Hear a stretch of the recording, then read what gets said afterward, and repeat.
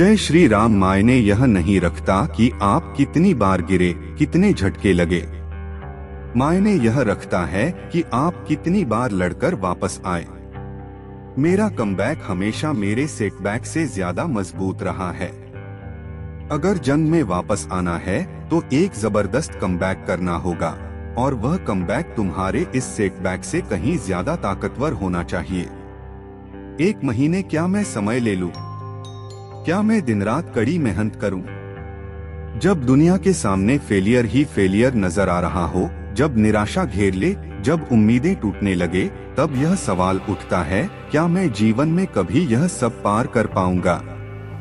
कहीं मैं वह कमजोर बच्चा तो नहीं जिसका चयन कभी हो ही नहीं सकता था। लेकिन रुको, जो सबसे बड़े सफल लोग हैं वे कभी सबसे बड़े असफल लोग भी थे। एक बच्चा था जो 4 साल की उम्र तक बोल ही नहीं पाया। आमतौर पर बच्चे 1.5-2 साल में बोलने लगते हैं, लेकिन यह 4 साल तक चुप था। 10वीं कक्षा में उसने स्कूल छोड़ दिया। अगली बार परीक्षा दी, पास हो गया। फिर एक यूनिवर्सिटी का एंट्रेंस एग्जाम दिया और फेल हो गया। लेकिन उसने हार नहीं मानी। अगले साल फिर से परीक्षा दी और इस बार सफल हुआ। अब आप सोच रहे होंगे इसमें बड़ी बात क्या है? बड़ी बात यह है कि वह इंसान कोई और नहीं बल्कि महान वैज्ञानिक अल्बर्ट आइंस्टीन थे, जिन्होंने फिजिक्स में नोबेल प्राइज जीता। एक और व्यक्ति था जो बहुत गरीब परिवार से था। गरीबी इतनी थी कि माता पिता का गुस्सा उस पर निकलता। बचपन में उसे पिता से मार भी पड़ती थी। तंग आकर वह एम्बुलेंस ड्राइवर बन गया। ड्राइविंग की नौकरी की, थोड़ा पैसा जोड़ा और एक बिजनेस शुरू किया। पर क्या हुआ? महा असफलता। फिर कोशिश की, फिर असफल हुआ, लेकिन उसने हार नहीं मानी। वह व्यक्ति था वॉल्ट डिज्नी, जिसने दुनिया को मिक्की माउस दिया।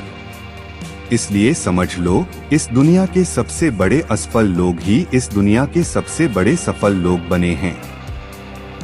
अगर तुमने ठान लिया है तो फिर ठान लिया है। फिर सुनिश्चित करो कि इस बार असफल न हो। गिरो मत, लेकिन अगर गिर भी गए तो इतना दम रखो कि उठ सको। यही जीवन है, यही संघर्ष है। हार तो मिलती ही है।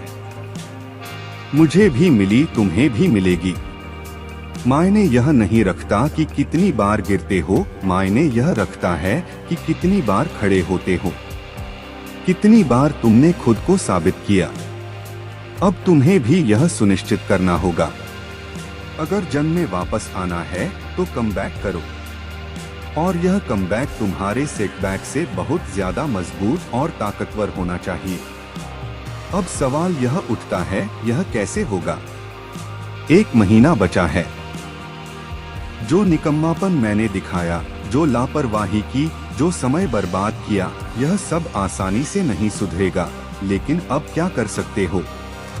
मुझसे मत पूछो, खुद से यह सवाल पूछो। घर जाओ, अपने माता पिता की शक्ल देखो।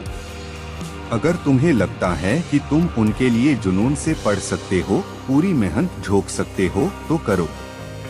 अगर लगता है कि बस समय बिताना है, दोस्तों के साथ घूमना है, तो फिर कोई फर्क नहीं पड़ता। पर याद रखना, सफलता की राह कांटों से भरी होती है। जब अंगारों पर चलना पड़ेगा, जब पैरों में छाले पड़ेंगे, जब दर्द होगा, तभी तुम्हारा चयन होगा। लेकिन अगर तुम मक्कारी करते हो तो कुछ नहीं बदलने वाला। सफलता मेहनत से मिलती है, धोखे से नहीं।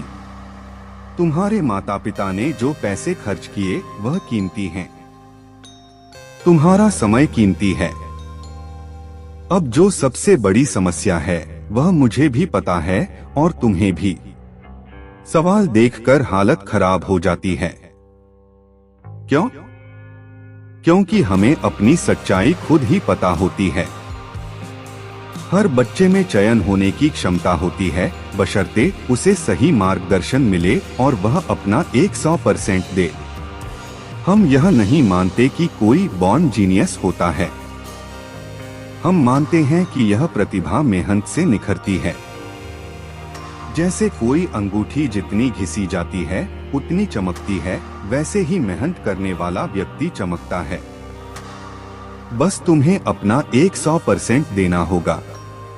जो सबसे बड़े महान लोग होते हैं, वे निर्णय इस आधार पर नहीं लेते कि उनके पास कितने संसाधन हैं। वे निर्णय पहले लेते हैं और फिर उसे सही साबित करते हैं।